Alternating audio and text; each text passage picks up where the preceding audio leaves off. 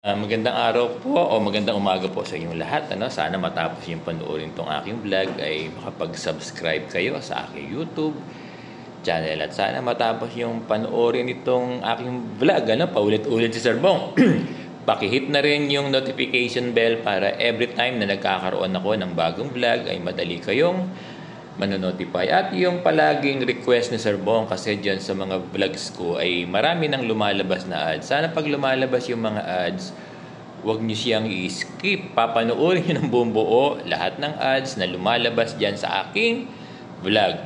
Pwede ko bang asahan yan sa ating mga kaguruan? Maraming salamat sa inyong lahat.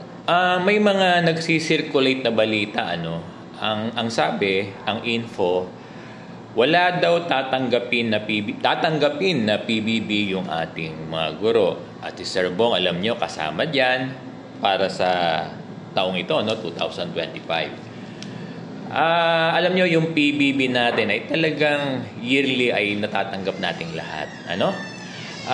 At mula nang nagkaroon ng PBB, hindi pa tayo pumalya ng pagtanggap. Kaya nakakagulat at nakakalungkot kung totoo yung balita na ang DepEd daw ay hindi qualified para sa PBB.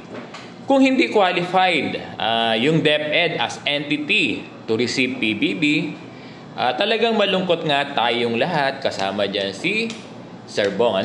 Talagang kung totoo ito, first time lamang mangyayari ito. May mga speculations kung bakit daw wala tayong PBB. Alam niyo ang PBB, talagang inaasahan ito ng ating mga guro. At si Sir Bong, hindi naman ako ipokrito, inaasahan ko rin yung pagdating ng PBB.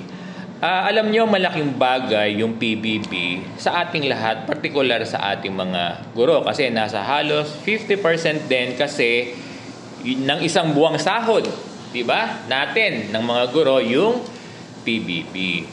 Kaya sa PBB, alam nyo sa PBB, mas mataas ang salary grade, di ba? Mas malaki ang tatanggapin na PBB.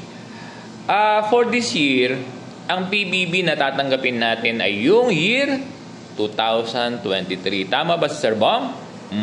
Yung naging performance natin ng 2023, ito yung magiging basis ng ating PBB. So dahil ako ay nag-worry din kung mawawala yung PBB, kaya tinanong ko si Sir Benjo Basas. Alam niyo si Sir Benjo Basas, National Chair ng Teachers Dignity Coalition.